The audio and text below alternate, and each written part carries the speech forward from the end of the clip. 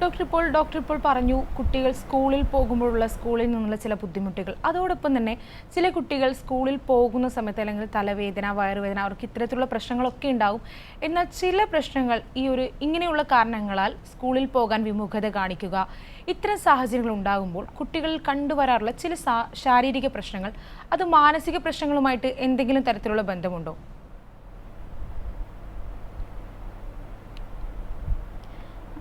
ഇത് നമ്മൾ കോമൺ ആയിട്ട് കാണുന്നൊരു കാര്യമാണ്. അതായത് പലരും വന്ന് പറയും സ്കൂൾ ബസ് വരണ സമയം, രാവിലെ എണീക്കുമ്പോൾ സ്കൂൾ ബസ് വരണ സമയം വരെ ഭയങ്കര വയറുവേദന, സ്കൂൾ ബസ് അങ്ങ് പോയി കഴിഞ്ഞാൽ കുട്ടിക്ക് കുഴപ്പമൊന്നുമില്ല.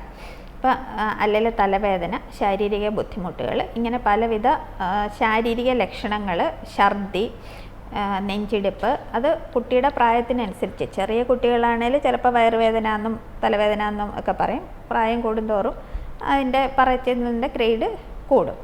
അപ്പം അങ്ങനത്തെ ശാരീരിക ബുദ്ധിമുട്ടുകളുള്ളപ്പോൾ യൂഷ്വലി പേരൻസ് എന്താ ചെയ്യുക, ഒരു ദിവസം ചിലപ്പോൾ മൈൻഡ് ചെയ്യില്ല, രണ്ടാമത്തെ ദിവസം അതുണ്ടാവുമ്പോൾ പലപ്പോഴും ഡോക്ടറുടെ ഒക്കെ കൊണ്ടുപോകും.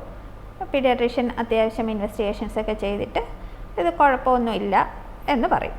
അപ്പം അങ്ങനെയുള്ള കുട്ടികളുടെ കാര്യത്തിൽ നമ്മൾ കുറച്ചും കൂടി ശ്രദ്ധിക്കണം. പലപ്പോഴും ഡോക്ടർ ഒന്നുമില്ല എന്ന് പറഞ്ഞു, പേരൻസ് അത് മൈൻഡ് ചെയ്യാണ്ടിരിക്കും, അതവിടെ അവസാനിക്കും. പക്ഷേ ചിലയിടത്ത് പേരൻസ് ഭയങ്കര ആങ്ഷ്യസ് ആയിരിക്കും. അപ്പോൾ ഈ കുട്ടികളിലുണ്ടാവുന്ന ശാരീരിക ബുദ്ധിമുട്ടുകൾ അവരത് അതിനെ ഒരുപാട്, അതായത് ഡോക്ടർ, ഒരു കുട്ടി ഛർദ്ദിക്കുന്നു, ഇടയ്ക്കിടയ്ക്ക് ഛർദ്ദിക്കുന്നു, പലതവണ ഡോക്ടറുടെ അടുക്ക പോകുന്നു, കാണുമ്പോൾ കുഴപ്പമൊന്നുമില്ല, എന്തെങ്കിലും ഭക്ഷണത്തിൻ്റെയോ എന്തെങ്കിലും ചെറിയ കാര്യങ്ങൾ പറയും. പക്ഷേ അവർ വീണ്ടും വീണ്ടും ഡോക്ടറുടെ അടുക്ക പോകുന്തോറും ഡോക്ടർ കൂടുതൽ ടെസ്റ്റുകൾ ചെയ്യാൻ പറയും. ഒരു ടെസ്റ്റിലും എന്തെങ്കിലും കുഞ്ഞു കുഞ്ഞു കാര്യങ്ങളെന്നല്ലാണ്ട് പ്രത്യേകിച്ച് ഇത്രയും ഛർദിയുടേതായിട്ടുള്ളൊരു കാര്യം ഉണ്ടാവില്ല. അങ്ങനെയൊക്കെ വരുമ്പോഴത്തേക്കും പലപ്പോഴും പേരൻസിൻ്റെ ആങ്സൈറ്റി കുട്ടികളിലെ ഈ ശാരീരിക ബുദ്ധിമുട്ടുകൾ തുടർന്ന് പോകാനൊരു കാരണമാവും.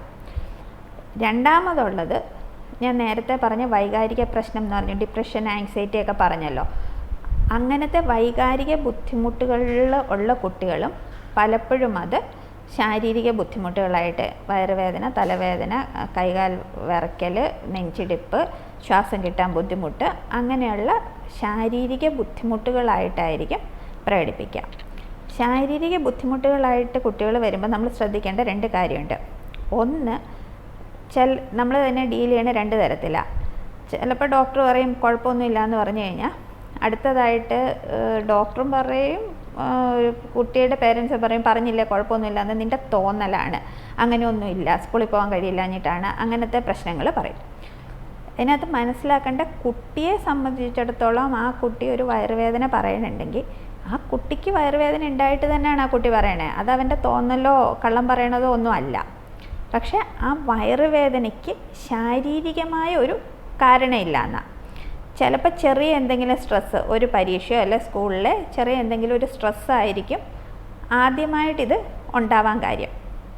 പക്ഷേ അതിന് കിട്ടണ ശ്രദ്ധയും പരിഗണനയായിരിക്കും അത് തുടർന്ന് പോകാൻ കാര്യം. നമ്മൾ ഡീൽ ചെയ്യുമ്പോൾ രണ്ട് കാര്യം ശ്രദ്ധിക്കേണ്ടത്, ഇത് തോന്നലാണ്, ഒന്നുമില്ല, കള്ളം പറയണതാണ്, സ്കൂളിൽ പോകാൻ കഴിയുക, അങ്ങനെ പറയാതെ, അങ്ങനെയും പറയല്ലേ. അതേപോലെ തന്നെ അയ്യോ ഇവനെന്തോ വലിയ അസുഖമാണ്, ഇത് കണ്ടുപിടിക്കാത്ത അസുഖമാണ്, നമുക്ക് അവിടെ പോകണം ഇവിടെ പോകണം എന്നും പറഞ്ഞ് അങ്ങനെയും കൊണ്ടുപോകരുത്. അത്യാവശ്യം ഡോക്ടറെ കണ്ട് ഡോക്ടർ കുഴപ്പമില്ല എന്ന് പറഞ്ഞു കഴിഞ്ഞാൽ പിന്നീട് ആ ലക്ഷണത്തിന്, രോഗലക്ഷണത്തിന് നമ്മൾ വലിയ പ്രാധാന്യം കൊടുക്കരുത്. നമ്മൾ കുട്ടിക്ക് പ്രാധാന്യം കൊടുക്കണം, രോഗലക്ഷണത്തിന് പ്രാധാന്യം കൊടുക്കരുത്. വീണ്ടും പറഞ്ഞ് അത് മാറിക്കോളും, സാരമില്ല, അല്ലാണ്ട് അത് നിനക്ക് തോന്നല്ല, നീ ഉണ്ടാക്കണം, അങ്ങനെ പറയില്ല, അത് മാറിക്കോളും, സാരമില്ല എന്ന് പറയുക. അതേപോലെ തന്നെ അതിൻ്റെ പുറകെ പോയി പിടിക്കാനോ തിരുമാനോ കൂടെ നിൽക്കാനോ, ആ അസുഖത്തിൻ്റെ ലക്ഷണങ്ങൾക്ക് പ്രാധാന്യം കൊടുക്കാതിരിക്കുക, അതിനെ എന്നാൽ അത് കള്ളം പറയണതാണ് ആ രീതിയിൽ പറയാതിരിക്കുകയും ചെയ്യുക. അങ്ങനെയൊക്കെ വരുമ്പോൾ തന്നെ മിക്കവാറും ഈ രീതിയിലുള്ള ബുദ്ധിമുട്ടുകൾ അങ്ങ് മാറും. പക്ഷെ ചില കുട്ടികളിലാണല്ലോ, അവർക്ക് വിഷാദമൊന്നും അങ്ങനെ പറയാൻ, എനിക്ക് സങ്കടമാണ് അങ്ങനെയൊന്നും പറയാൻ പറ്റിയെന്ന് വരില്ല. അപ്പം അങ്ങനെയുള്ള കുട്ടികൾ ഉത്കണ്ഠയുള്ള കുട്ടികൾക്ക് നെഞ്ചിടിപ്പൊക്കെ ഉണ്ടാവാൻ സാധ്യതയുണ്ട്. അങ്ങനത്തെ വൈകാരികമായിട്ടുണ്ടാകുന്ന ഇത്തരം രോഗത്തിൻ്റെ ഭാഗമായിട്ട് ചില കുട്ടികൾ ശാരീരിക ബുദ്ധിമുട്ടുകൾ പറയും. അങ്ങനെയുള്ളപ്പോൾ തീർച്ചയായിട്ടും ഒരു പ്രൊഫഷണൽ മാനസിക ആരോഗ്യ വിദഗ്ധരെ കാണുക, അതായത് അതിൻ്റെ ആണോ എന്നറിയാൻ വേണ്ടിയിട്ട് അങ്ങനെ കാണുക. അങ്ങനെ എന്തെങ്കിലും പ്രോബ്ലം ഉണ്ട്, ആ പ്രശ്നം എന്ന് വെച്ചാൽ വിഷാദരോഗമോ ഉത്കണ്ഠാരോഗമോ വല്ലതും ഉണ്ടെങ്കിൽ അതിന് വേണ്ട ചികിത്സ എടുക്കുകയും ചെയ്യുക.